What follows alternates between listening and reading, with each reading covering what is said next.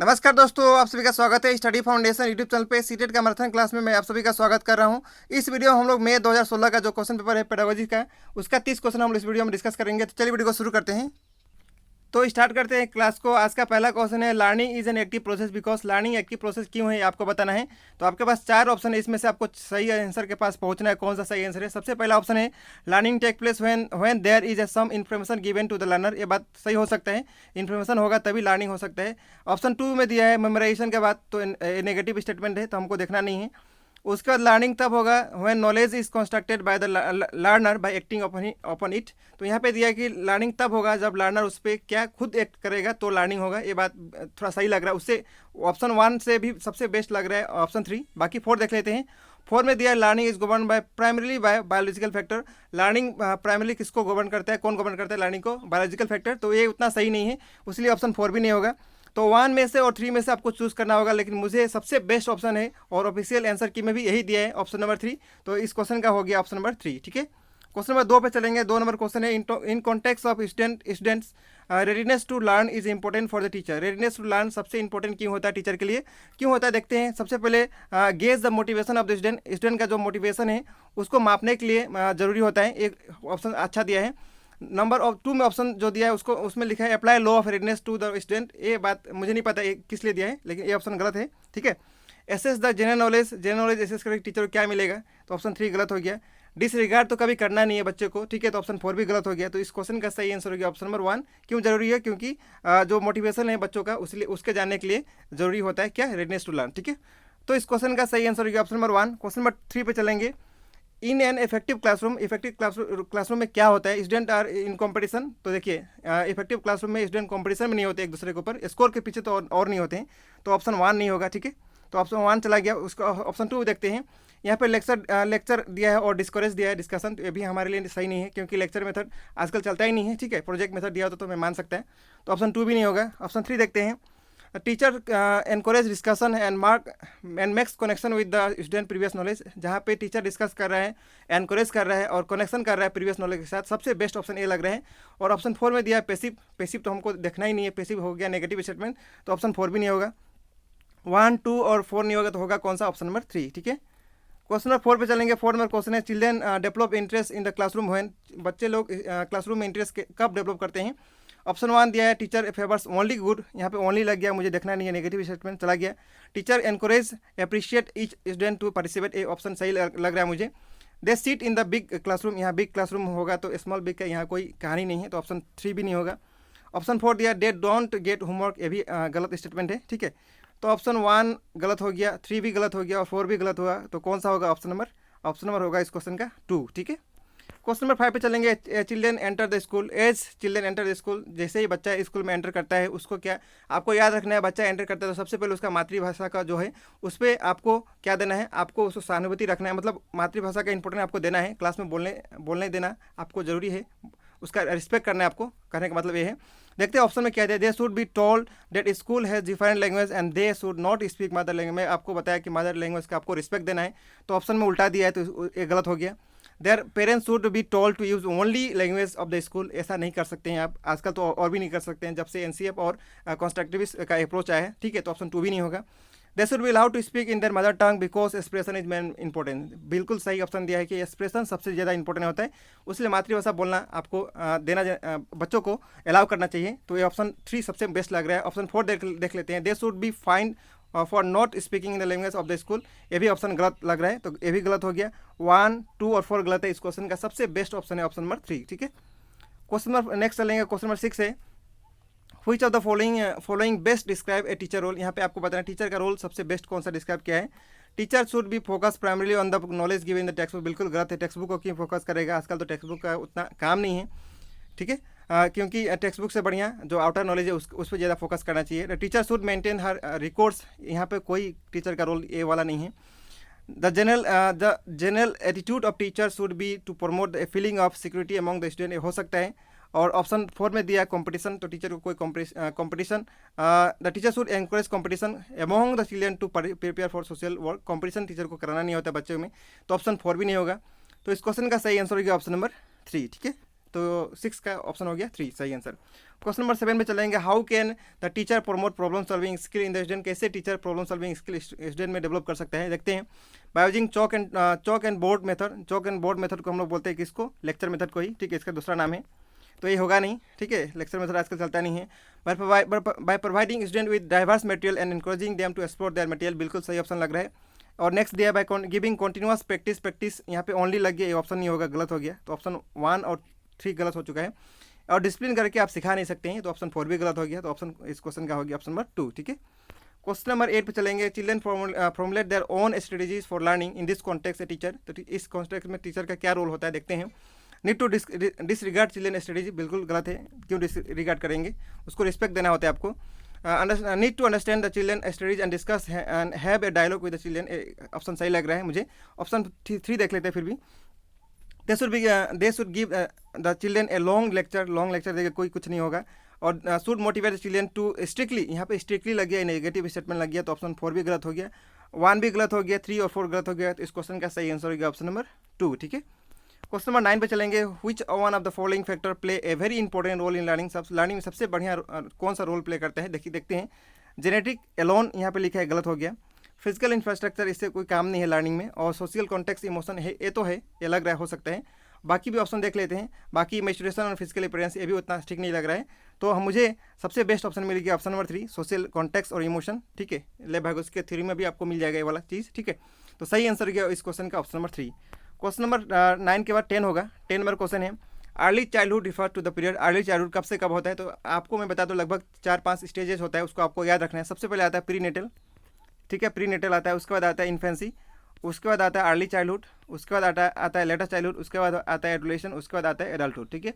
तो pre natal जो period होता है जन्म से पहले तक जो पीरियड होता है उसको हम लोग बोलते हैं प्री नेटल। इन्फेंसी होता है बर्थ से लेके 2 ईयर्स तक, उसके बाद अर्ली चाइल्डहुड हो जाता है 3 से लेकर 5, या किसी बुक में 6 भी मिलेगा, ठीक है, ये हो जाएगा 3 से 5 या 6 मान लीजिए।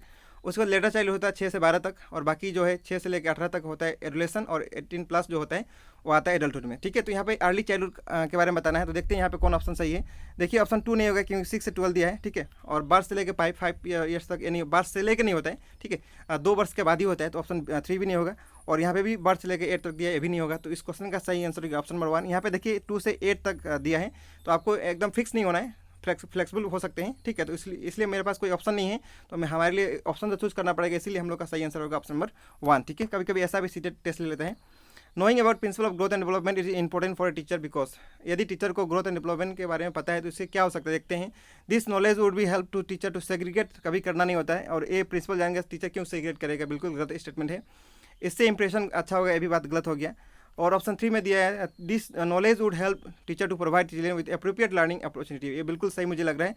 This would make children development popular, ये पॉपुलर कुछ नहीं करेगा, मेथड जान के, डेवलपमेंट जान के, प्रिंसिपल जान के, तो ऑप्शन 4 भी गलत हो गया। 1, 2 और 4 गलत है, इस क्वेश्चन का सही आंसर ऑप्शन नंबर 3, ठीक है। क्वेश्चन नंबर 11 का 12, childrens develop, a child develops is result of, child का डेवलपमेंट जो होता है किसका रिजल्ट है, मैं आपको बताया था, बार बार बता रहा हूँ, पिछला वीडियो में बताया था। डेवलपमेंट इक्वल टू आपको याद रखना है H × E, यानी हेरिडिटी और इन्वायरमेंट दोनों का प्रभाव पड़ता है, तो इस क्वेश्चन का सही आंसर हो गया combination of heredity and environment, option number 2, ठीक है। नेक्स्ट क्वेश्चन पे चलेंगे, क्वेश्चन नंबर 13, चिल्ड्रन क्या होते हैं, they are born unruly and need to be civilize by the society, बिल्कुल गलत लग रहा है मुझे। ए गिफ्ट ऑफ गॉड, ये भी स्टेटमेंट गलत है, ठीक है।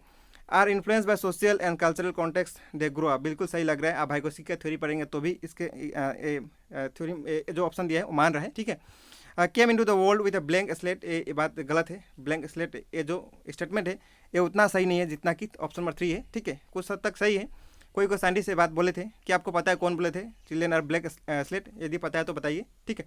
इस क्वेश्चन का सही answer option number 3, are influence by social and cultural context they grow in, ठीक है। क्वेश्चन नंबर 13 के बाद 14 होगा, ए 5-year-old child fails to reason that when water is transferred from a tall and narrow glass to a wide container and the quantity of the water remains the same, this is because, तो यदि बच्चा ऐसा नहीं समझ पा रहा है, ऐसा सिम्बलाइज नहीं कर पा रहा है, तो उसमें क्या प्रॉब्लम है। आप जीन पियाजे की थ्योरी पढ़े होंगे तो आप आसानी से कर पाएंगे। यहाँ पे बच्चा जो है क्या नहीं कर पा रहा है, इस क्वेश्चन में जो है बच्चा सिम्बलाइज नहीं कर पा रहा है, सिम्बलाइज दोनों में जो अंतर है वो नहीं कर पा रहा है, ठीक है। तो इसलिए इस क्वेश्चन का सही आंसर ऑप्शन नंबर 1। जीन पियाजे का थ्योरी पढ़ेंगे तो उसमें जो 4 स्टेजेज हैं, तो आपको स्टेज नंबर 3 में आपको मिल जाएगा ये वाला, ठीक है। क्वेश्चन नंबर नेक्स्ट चलेंगे, क्वेश्चन नंबर 15 होगा, While riding a bicycle, a boy prompt his sister, "Drive fast, we will reach there earlier."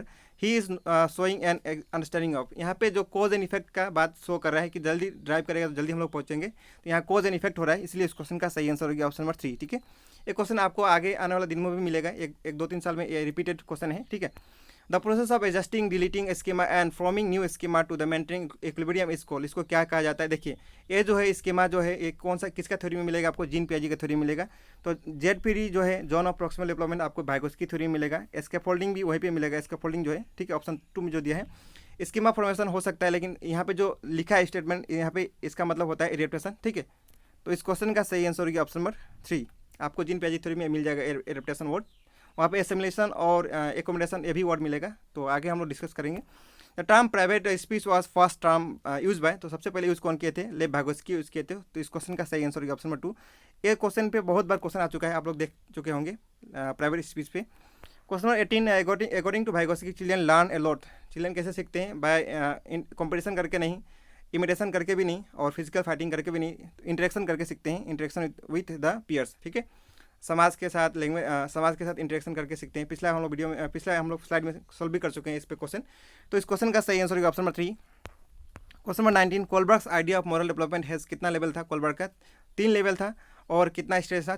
6 stage था। तो यहाँ पे लेवल पूछा है, तो लेवल कितना होगा? 3। तो इस क्वेश्चन का सही आंसर हो गया ऑप्शन नंबर 1। ठीक है, question number 20, learner centre approach is 1। Learner centre approach में क्या होता है देखते हैं। यहाँ पे पनिशमेंट मिलता है, रिवार्ड मिलता है, ये बात गलत है। टीचर मेमोराइज पे बल देता है, ये भी बात गलत है। और नेक्स्ट देखते हैं, लर्नर्स आर लेफ्ट फ्री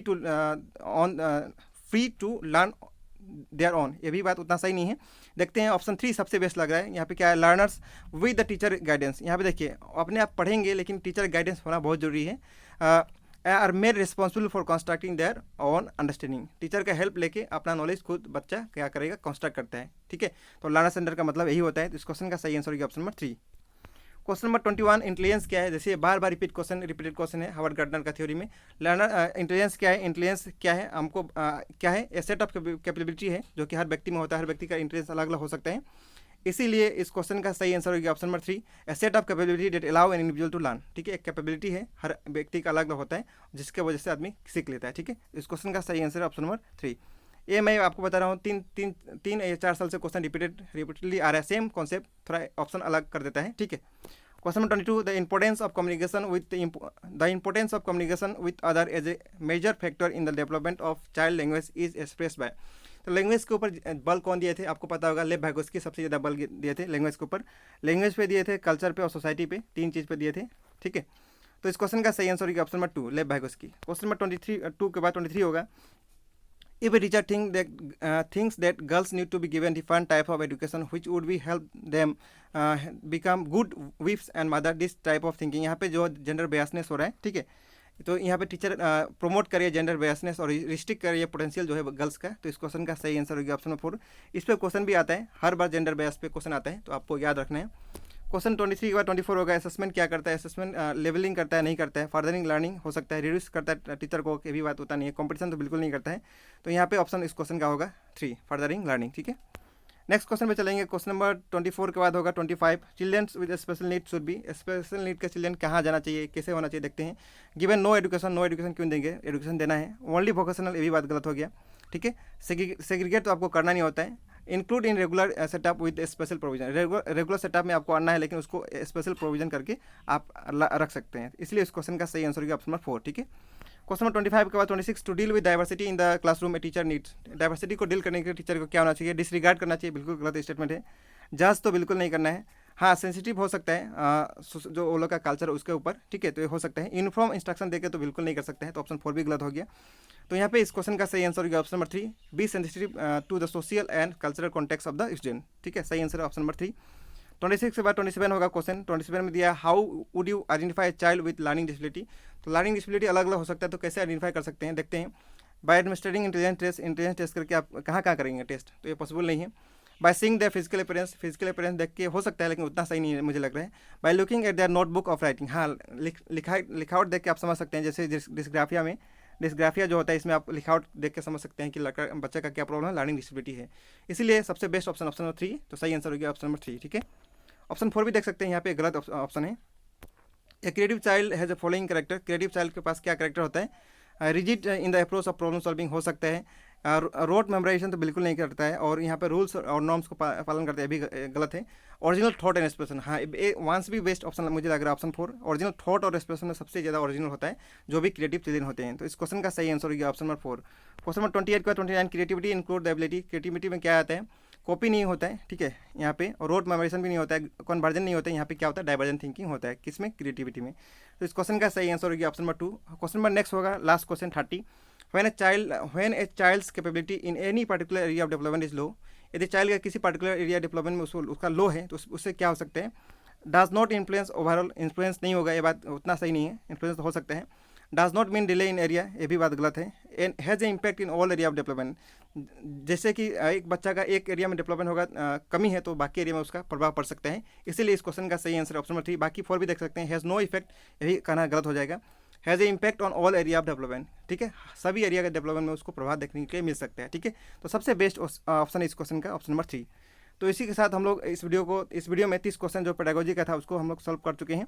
बाकी जो क्वेश्चन ईयर का बचा हुआ है उसको हम लोग जल्दी कवर कर लेंगे। तो इस वीडियो में इतना ही रहेगा। वीडियो देखने के लिए बहुत बहुत धन्यवाद। आपका दिन शुभ हो। Thank you so much.